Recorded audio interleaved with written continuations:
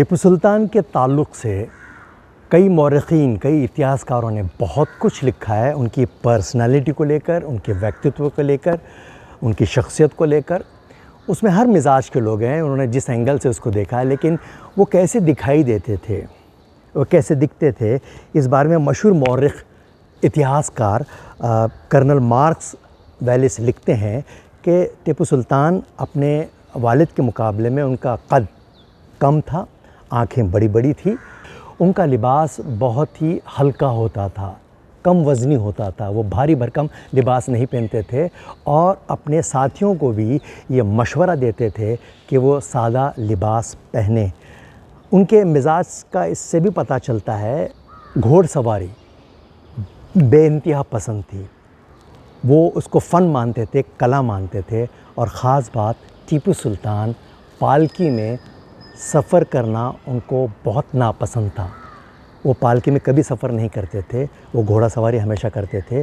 اس کے علاوہ کئی مورخ نے اپنی تعلق سے لکھا ہے، اور خاص الیگزینڈر، ان کی ایک کتاب ہے فورتھ میسور وار، چوتھی میسور کی لڑائی، جس میں انہوں نے ٹیپو سلطان کی شکل و صورت کے بارے میں انہوں نے لکھا ہے۔ ان کی ہائٹ تقریباً 5 فٹ 9 انچ تھی، اور وہ ہاتھ اتنے لمبے نہیں تھے، سینہ بالکل چوڑا تھا، ایک جیسے کوئی پتھر کے سل ہو، آنکھیں بڑی بڑی تھی، رنگ گورا تھا۔ اور اس کے علاوہ an account of Tipu Sultan's court, یہ کتاب آج بھی برٹش لائبریری میں محفوظ ہے۔ اس کتاب میں بھی اس بات کی طرف اشارہ کیا گیا ہے کہ ٹیپو سلطان بہت ہی ان کا ماتھا چوڑا تھا اور اونچی ناک تھی، کمر پتلی تھی۔ یہ کتاب کا مواد، اس کتاب کا مواد منشی محمد قاسم نے ٹیپو سلطان کی موت کے بعد ایک انگریز اتہاسکار کو دیا تھا، اور وکٹوریا البرٹ میوزیم لندن میں ان کا آج بھی ایک تصویر لگی ہوئی ہے، ایک پورٹریٹ لگا ہے، جس سے ان کی ویکتتو کے بارے میں، ان کی پرسنالٹی کی ایک جھلک ان تصویر کے ذریعے سامنے آتی ہے۔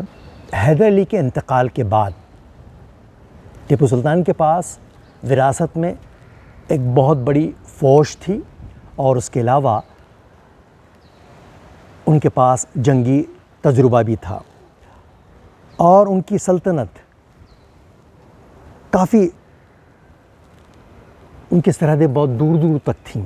مطلب خداداد سلطنت جنوب میں، مطلب ساؤتھ میں کرشنا ندی تک، اور ایسٹرن گھاٹ میں، ایسٹ میں ایسٹرن گھاٹ تک، اور ویسٹ میں عربین سی تک ان کی حکومت پھیلی ہوئی تھی۔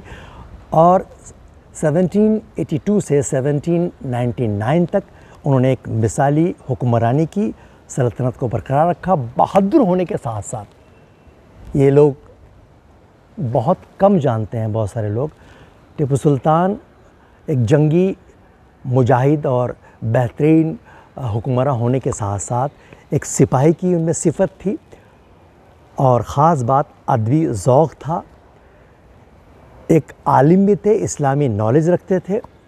اس کے علاوہ سپاہی ہونے کے ساتھ ساتھ بھی ایک خاص بات، شاعرانہ مزاج رکھتے تھے، ادبی ذوق تھا انہیں۔ ہم آنے والے کسی ایپیسوڈ میں ان کی شاعرانہ مزاج کے تعلق سے ہم بات کریں گے۔